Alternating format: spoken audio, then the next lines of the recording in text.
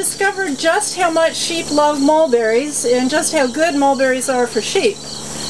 Sheep are actually pretty darn smart about what's good to eat and what isn't, and when I realized how much they loved mulberry compared to other tree trimmings, I did two things. First, I started feeding them a lot of mulberry because during the hot, dry weather that we had this summer, it was the only thing that looked really healthy.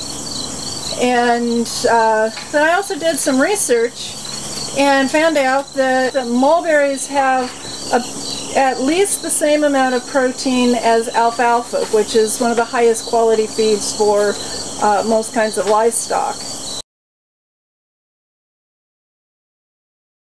About 25% of that, according to the online research that I've seen, is minerals.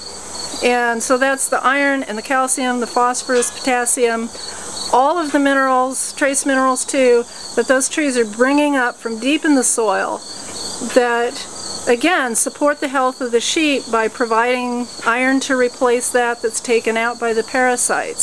So we've started using mulberry instead of a lot of alfalfa, which is awesome because mulberries are perennial. They can be propagated by cuttings and grafting. So a tree can be hundreds of years old and just be kept going almost perpetually. And we know that that tree is not GMO.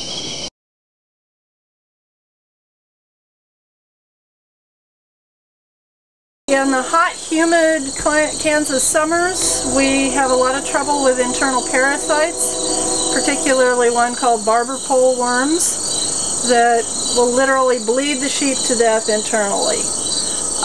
Keeping them alive during the hot summers is hard work. It's treating them frequently and trying to keep their nutrition levels up to so that they can kind of out-eat the parasites. The life cycle of the parasites involves the eggs are shed onto the ground, the eggs hatch, the larvae live on the ground. When they're mature, they crawl up the blades of grass when they're moist with dew, and then the sheep eat them when they're grazing on the grass. So mulberry leaves not only don't have those parasites larvae on them, but we can also provide nutrition through the leaves to the sheep without having them grazing on any grass at all. The mulberry leaves, like any tree leaf, have tannin in them. And tannin is an old-fashioned remedy for parasites from before we had all the modern chemicals. Now, a lot of trees have tannin, and most of them have more than mulberries. But the tannin limits the amount of leaves that the sheep will eat. Just like you don't want to eat a lot of something that's really bitter, except for beer.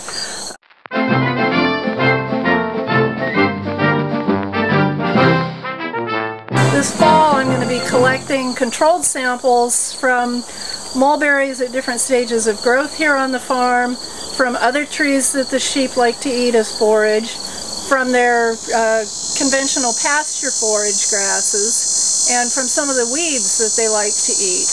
And then we'll know exactly what nutrients we're giving the sheep when we're feeding them the fodder that we grow on the farm here.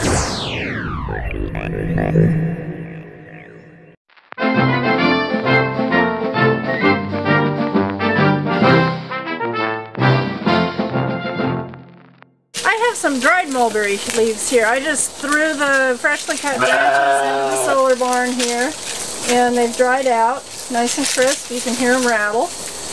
Mulberry leaves are also edible for people, and when they're dry like this, they have a kind of sweet flavor like stevia. So it's no surprise to me that sheep know what's good to eat.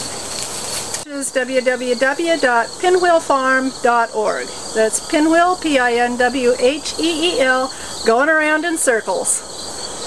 Nice. Awesome stuff. Totally awesome.